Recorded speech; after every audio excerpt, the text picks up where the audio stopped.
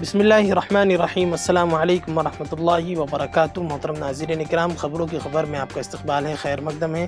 دیش و دنیا کی تازہ ترین خبروں کے ساتھ میں ہوں آپ کو دوست ابرار الحق۔ آگے بڑھنے سے پہلے ایک نظر سرخیوں کی طرف۔ ہندوستان پاکستانی T20 میچ پر دہشت گردی کا خطرہ، داعش نے دی حملے کی دھمکی۔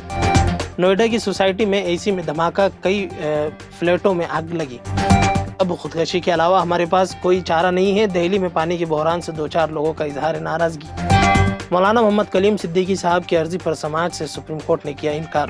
مدھیہ پردیش حکومت میں قرض، کرائم اور کرپشن کا عروج، جیتو پٹواری کا دعویٰ۔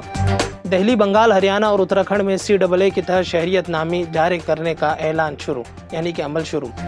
ڈونگر پور کیس میں اعظم خان کو سنائی گئی 10 سال کی سزا، عدالت نے 14 لاکھ کا بھی جرمانہ کیا عائد۔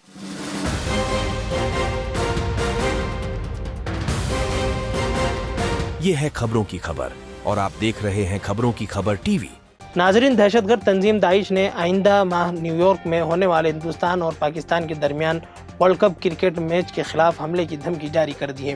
اس حملے کے بعد سیکورٹی بڑھا دی گئی ہے۔ نیو یارک کے گورنر نے کہا ہے کہ انہوں نے نیو یارک پولیس کو سیکورٹی بڑھانے کی ہدایت دی ہے، جس میں قانون کے مطابق نگرانی کرنے والوں کی تعداد میں اضافہ، سخت نگرانی اور باریک بینی سے جانچ شامل ہے۔ دہلی سے متصل نوئیڈا کی ایک سوسائٹی کے فلیٹ میں اے سی میں دھماکہ ہونے کی وجہ سے آگ لگ گئی۔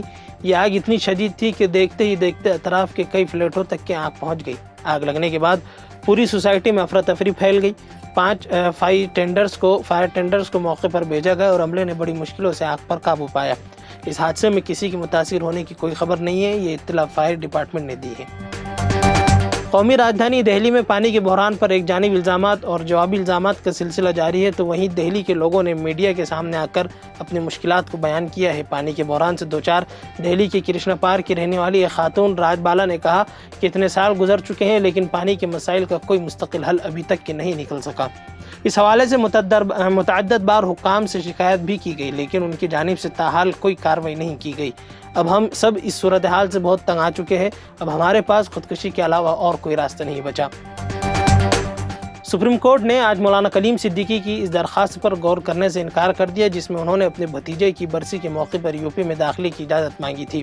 خیال رہے کہ مولانا کلیم صدیقی پر تبدیلی مذاہب کا مبینہ ریئیکٹ چلانے کے الزام ہے اور انہیں اس شرط پر ضمانت دی گئی تھی کہ وہ یوپی میں داخل نہیں ہوں گے۔ جسٹس بینچ نے کہا کہ موت گزشتہ سال ہوئی تھی، خاندان میں دیگر افراد بھی ہیں، آپ کو تاریخ کے بارے میں پہلے ہی معلوم تھا، آپ اس بینچ یعنی کہ سپریم کورٹ کے سامنے پہلے بھی درخواست دے سکتے تھے کہ آپ کو وہاں جانا ہے۔ کانگریس نے ایک بار پھر مدھیہ پردیش کے لا اینڈ آرڈر کی صورتحال پر سوال اٹھائے۔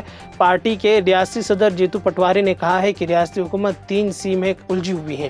ریاست کی بگڑتی ہوئی امن و امان کی صورتحال اور بڑھتے ہوئے جرائم پر تشویش کا اظہار کرتے ہوئے کانگریس کے ریاستی صدر نے ایکس پر لکھا ہے کہ مدھیہ پردیش کی حکومت 3C سے دوچار ہے، یعنی کہ قرض، کرائم اور کرپشن اس حکومت کا مشن بن چکا ہے۔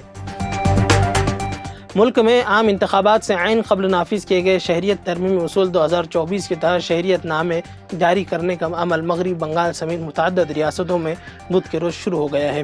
ایک سرکاری بیان میں کہا گیا ہے کہ ریاست بنگال کی بااختیار کمیٹی کی طرف سے شہریت کی درخواستوں کی پہلی فہرست کو بدھ کے روز منظوری دے دی گئی۔ وزارت داخلہ کی جانب سے جاری سرکاری بیان میں کہا گیا ہے کہ ہریانہ اور اتراکھنڈ کی ریاستوں کی بااختیار کمیٹیوں نے بھی بدھ کے روز شہریت ترمیمی اصول 2024 کے تحت اپنے متعلقہ ریاستوں کے درخواست دہندگان کی پہلی فہرست کو شہریت کی منظوری دے دی ہے۔ جیل میں بند اعظم خان کو MP MLA عدالت نے جمعرات کو ڈونگر پور کیس میں 10 سال قید کی سزا سنائی۔ جی ہاں ناظرین، اس کے علاوہ عدالت نے 14 لاکھ روپے جرمانہ بھی عائد کیا۔ عدالت نے اعظم خان کو مجرم قرار دیا تھا۔ اعظم خان پر ڈونگر پور بستی کی زبردستی خالی کرانے، مار پیٹ، توڑ پھوڑ، لوٹ مار اور دھمکیاں دینے کا الزام تھا۔ یہ معاملہ 6 دسمبر 2016 کا ہے۔ اس معاملے میں اعظم خان کے خلاف 2019 میں مقدمہ درج کیا گیا تھا اور رامپور کی MP MLA سیشن کورٹ میں کیس کی سماعت چل رہی تھی۔ خیر، خبروں کی خبر میں اب تک کے لیے بس اتنا ہی، پھر انشاءاللہ ملاقات ہوگی۔